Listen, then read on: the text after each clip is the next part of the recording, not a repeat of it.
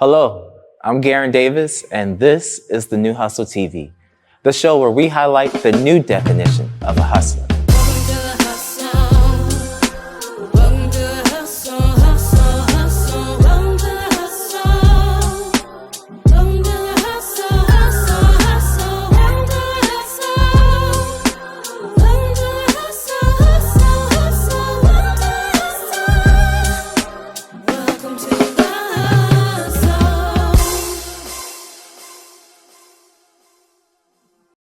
Hi, my name is Mela, and I am from Nashville, but I came here from Atlanta, and I live in Los Angeles.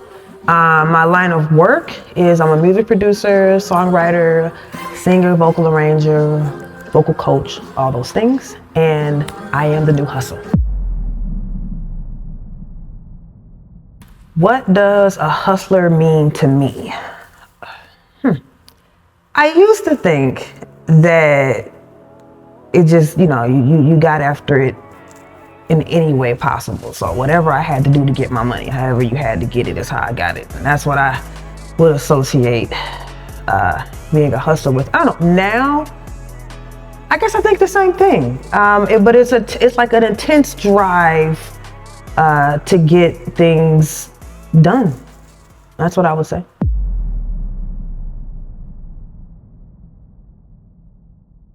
Do I consider myself a hustler? Yes and no. I would say in this stage, I think I've been a hustler my whole life. I always had several jobs.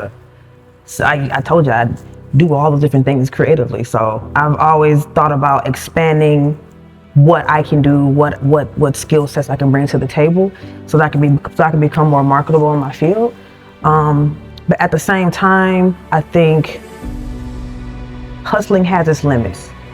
Like, I honestly feel like I'll do what I have to do, but I will not do anything that will compromise myself as a creative and as a woman. What made me select this profession? Okay, insanity and bullshit. No, I think, so my mom was a great singer, still a great singer. My dad is a musician. He plays guitar and does a whole lot of really cool stuff. And I think growing up with both my parents, their love and their passion for the arts made it seem like it was a superpower. And so as a child, that's all you can see. And I just wanted to be like them, I think initially. Then I think it grew into something else as the years went on, but I would say my parents, yeah. Mm-hmm.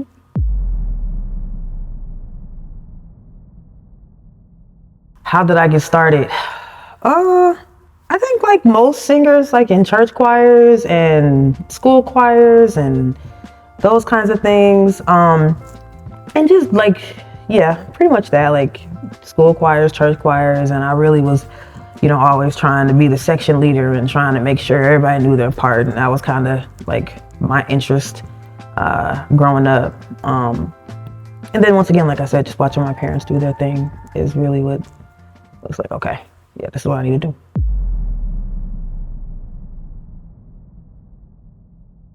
What fears or moments of hesitation did I have before starting out? Oh yeah, well, I had a fear that I couldn't sing. Because, I guess this speaks into like a lot of the insecurity, just growing up around people who do music, you know what I'm saying? So like, you don't know, like you don't sound like that person, you don't sound like this person. And then my mom was really good, so I was insecure about it, but I knew I wanted to do it. My dad's a good musician. So it was just like living up to that, living up to my brother, and everybody does it. So it was just like, well, I'd be good enough to do this. And that was I guess probably my first insecurity. Quiet as it's kept, it's an insecurity that like lingers on through life. The better you get, you still think that, so yeah. Currently, what are my fears? I don't think I really, when it comes to my art, I don't think I really have fears anymore. Everything bad has happened. So what can you do to me? Like now as a woman, it's like, it's my journey. I don't really have any fears about my art and my music. I think the industry or how things run. It's not a fear, but just a bit of an obstacle. But certainly not afraid of it at all.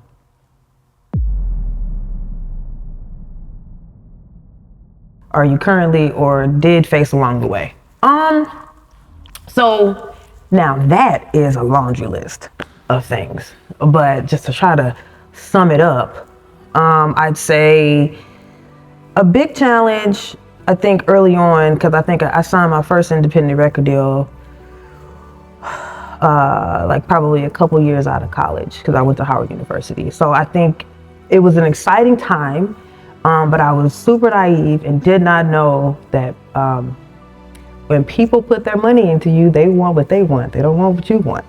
So I had to learn that. I had to really learn that lesson, and I had to learn, like, okay, so what does this mean for me? What does this mean for my art? I think now I figured that out, but that was the biggest challenge, because I would always go back and forth about being like my authentic self, or being the version that people wanted. They wanted pretty, they wanted exotic, and they wanted half naked. And ultra strangely, oddly subservient feminine. That's just not me. I'm probably pretty and exotic. I think I'll keep that. But that other shit was weird. And I've learned that I have to just, do my own thing. They're cool. I'll take your money, but we got to be on the same page first. So that was a big thing. How do I stay motivated when things get tough? Okay. I don't know. I think some of it, I've been doing this for so long now that it's like breathing. So you don't really need motivation to breathe. You just do it because, like, you'll die if you don't, kind of thing for me. There's no stopping. There's only adding things. It's only like, okay, so there's no stopping the grind or the passion. You just redirect when you hit things that are obviously a problem. Take inventory of the situation and go, okay, what skills do I need to add here to pivot? It's really more so a pivot than it is being unmotivated. I'll pivot when necessary, but I never lose on motivation. Did I choose my profession for the love of it or for the money? Certainly not the money. Certainly not the money. I do it for the love, and I do it for the love of people. And art gives you an opportunity to connect with people, and it gives you an interesting way to communicate the stories of the people.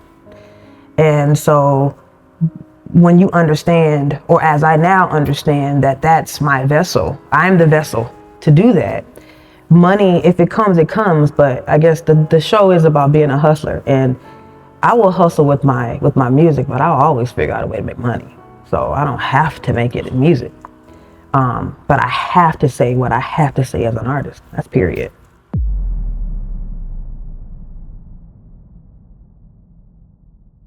What would I tell my younger self if I could go back in time? Trust yourself. Take it easy on yourself. You're okay. You're good. Trust your vision. Everyone's not gonna get it. Continue to work. And it is okay if you have to pivot. Like, don't beat up on yourself because other people are not interested in what you're doing. They're not always going to be. You just continue to work on yourself and do what it takes to provide for yourself. And that's what you did. So don't hate yourself on the way. It's just life.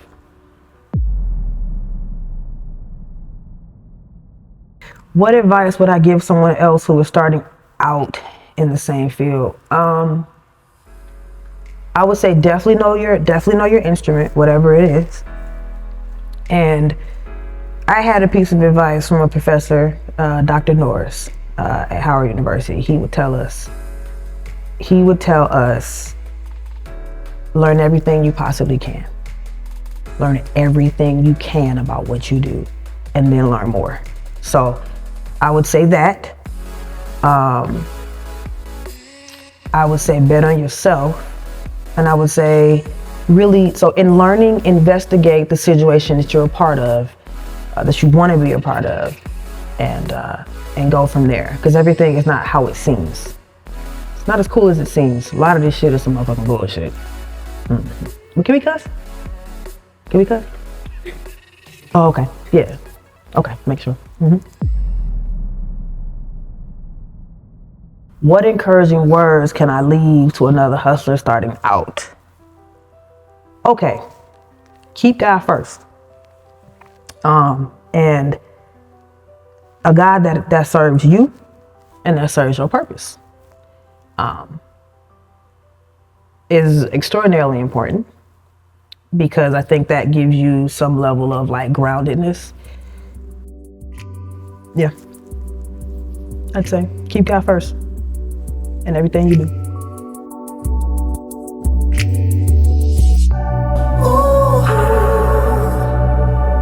You got me doing things I don't do to make you mine. You got me doing things I don't do to make you mine. To make you mine. To make you mine.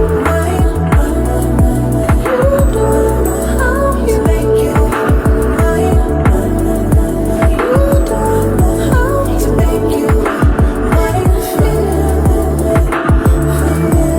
To make you mine. My name is Mela, and I am from Nashville, but I moved here from Atlanta, moved here to LA from Atlanta.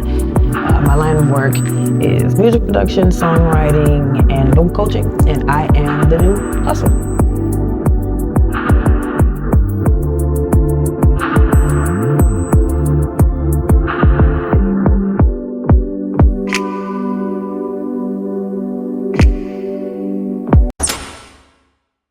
Thank you guys so much for watching. Make sure you like, comment, subscribe, turn those notifications on. And again, thank you. Until next time, hustlers.